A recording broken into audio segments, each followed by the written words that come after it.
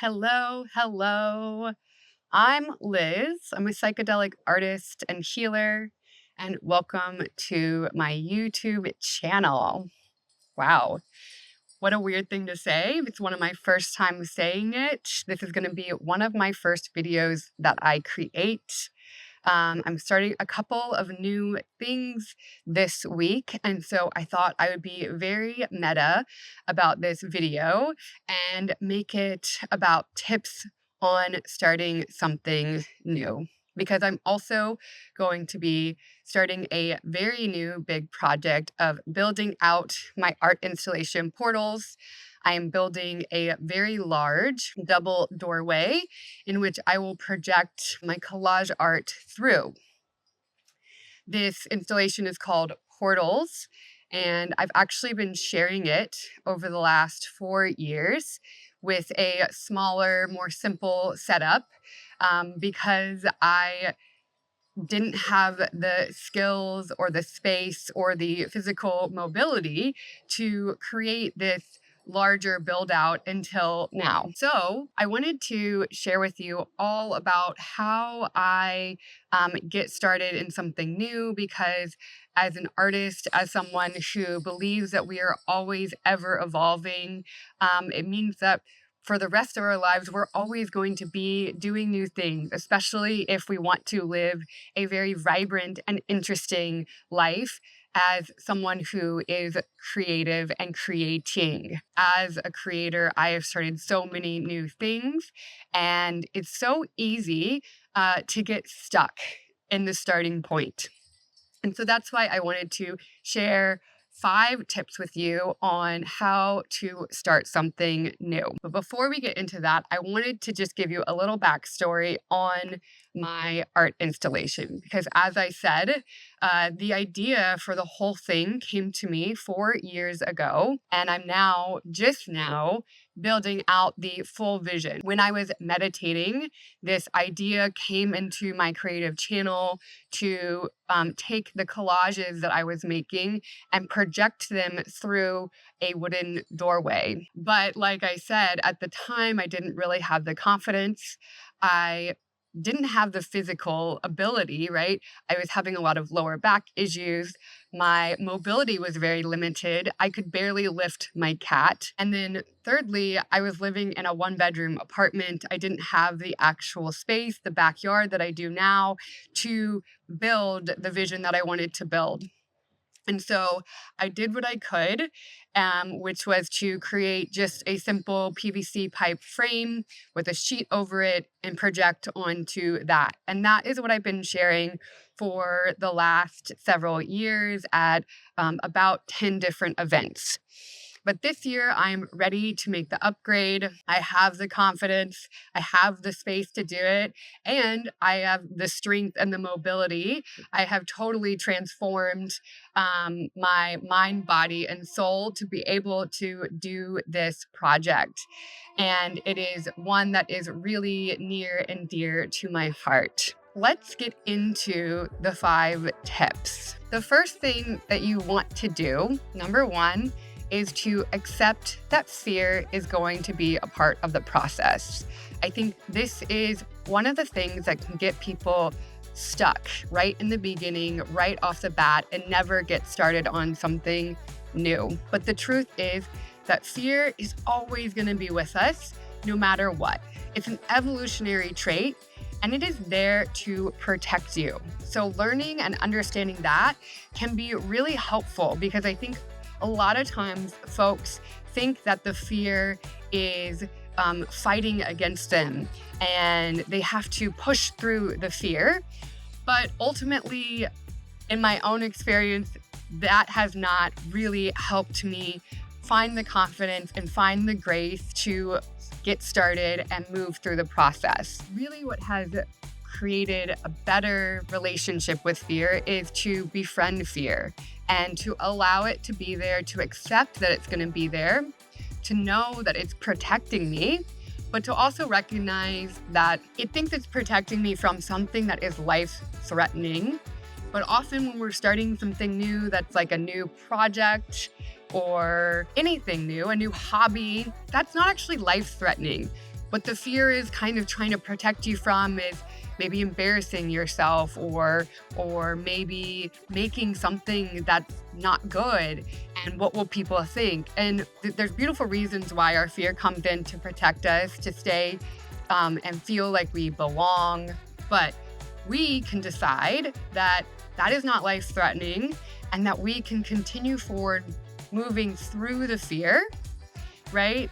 And not letting the fear control our actions. One of my favorite creative muses, Elizabeth Gilbert, shares in her book, Big Magic, which has been super crucial and pivotal to my own journey, that fear gets to be a passenger, but the most important thing is that fear is not in the driver's seat. So that is the number one thing when we're getting started on something new. Accept that fear is a part of the process, but make sure it's not in the driver's seat. Now, for tip number 2, it's a very practical tip. Plan accordingly, do some research, buy the supplies, right?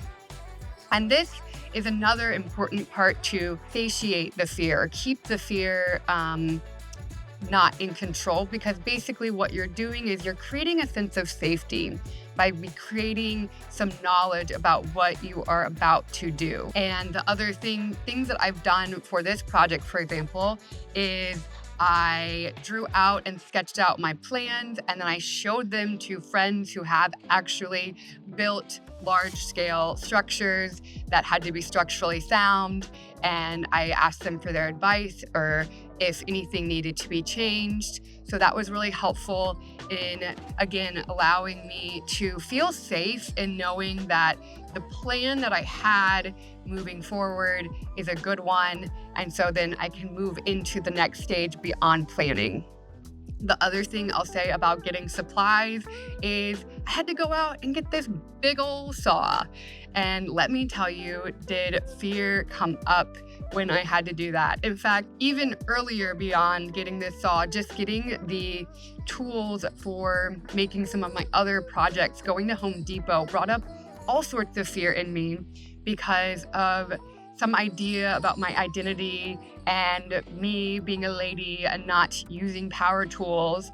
But ultimately, I had to recognize that that was only limiting myself, that I surely can use power tools and I have the desire to do so, and that there's nothing actually stopping me from going out and buying a saw and using it. Also, again, letting fear know that I'm going to be careful and not going to cut my hand off, right? Because that's part of the fear too. So yeah, number 2 is plan accordingly, get the supplies, consult with other experts who have done this before, consult the internet, consult YouTube, and get prepared. On the other hand, with number 2, it's just don't get stuck in the planning stage. That is an easy way that we can avoid getting started again. So plan, but don't plan too long, right? Now, tip number 3 is to approach this project with a beginner's mindset. And this is super crucial for, honestly, a lot of different projects. Even if you're not starting something new, it can be really helpful to let go of this idea that you're an expert and that you know everything and that things should go a certain way. When we approach things with a beginner's mindset, we can approach it with curiosity. We can approach it with the expectation that we are learning, right? And see it as a learning process. And the other thing with all of that, when you learn, you know that there might be some mistakes. There might be some obstacles along the way. So you can, again, set your expectations that that's going to happen rather than expecting things to just go completely smoothly, because let's be real, no project has gone completely smoothly. And the other thing I really love about beginner's mindset is that it really gives you permission to go slow. And that is so important when we're starting something new. Go slow, be in the process, don't get ahead of yourself, right? Just be in the step that you're in and focus on that. And that's really, really crucial. So number 3, have a beginner's mindset. Moving on to number 4, this might feel a little counterintuitive to number 3, but number 4 is to reassess what you already know. You probably know more than you think. And so for a second, let's address the counterintuitiveness of 3 and 4.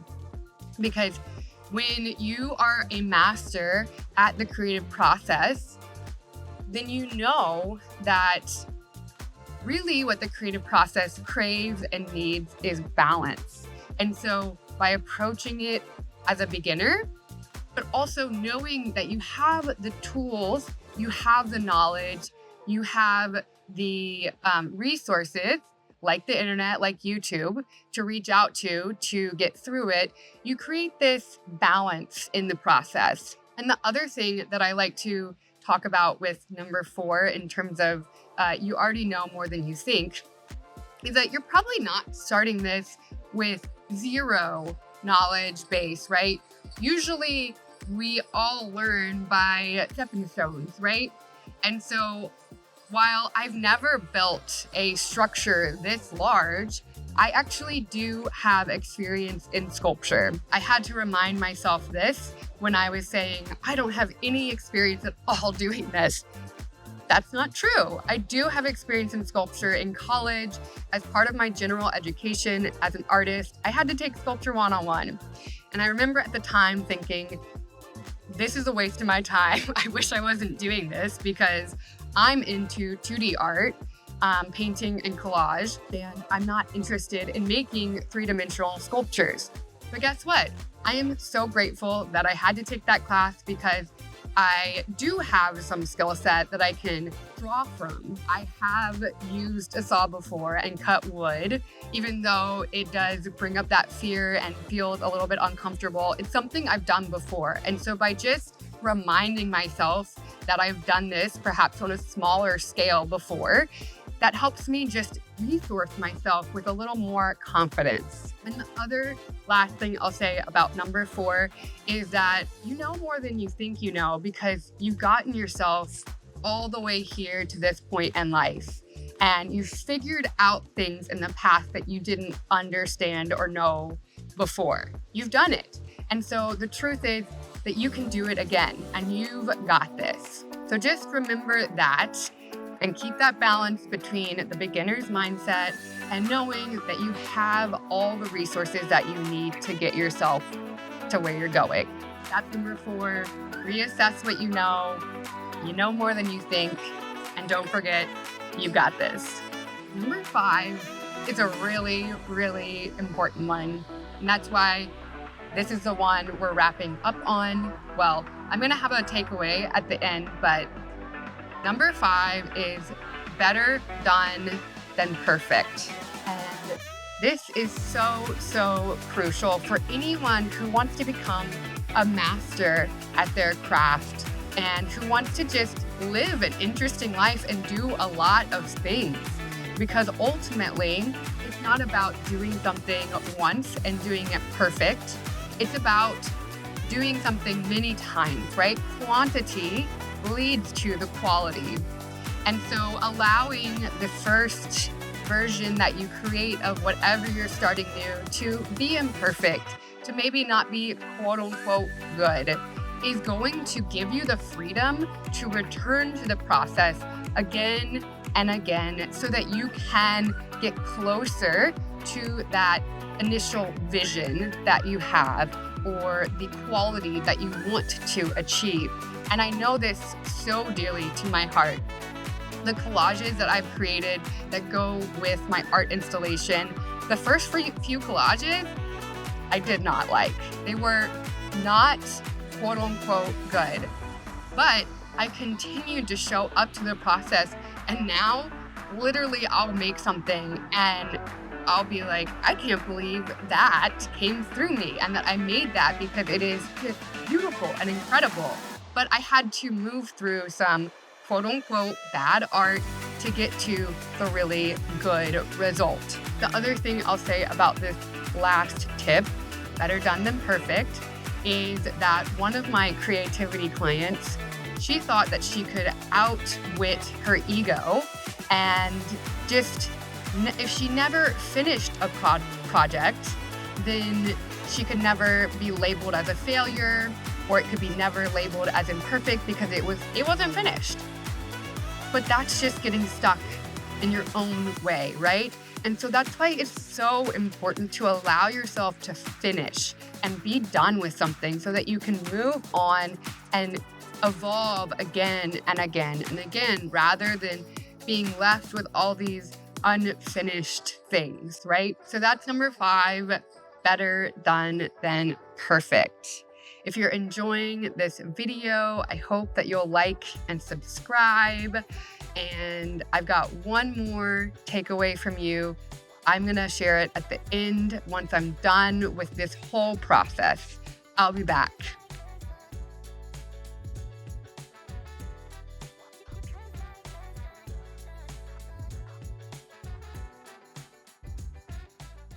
All right, y'all.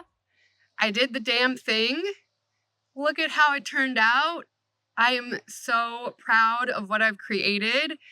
We're not quite totally done. I still have to paint it, but ultimately the building part was the starting something new for me. The painting part is totally within my comfort zone. So I just wanted to reflect on my biggest takeaway from this whole process, the process of making this video and the process of building this doorway. And my biggest takeaway is that the hardest part was just getting started. That once I got started and I built the momentum, everything flowed. Maybe not perfectly. I'm not saying there weren't obstacles, but I moved through the obstacles and it took way less time than I expected ultimately. And so my biggest takeaway is just take the leap. Just do the damn thing and get started, because that is going to be the hardest part. Everything else will follow much more easily once you just get things started. So thanks again for stopping by my channel. I hope that you came away with some beautiful wisdom about the creative process and how to get started on something new that you're excited about. I'd love to hear in the comments what wisdom you loved the most, or even what project that you're getting excited to start. Let me know. And again, if you liked this video, like and subscribe, and I hope to see you at the next one.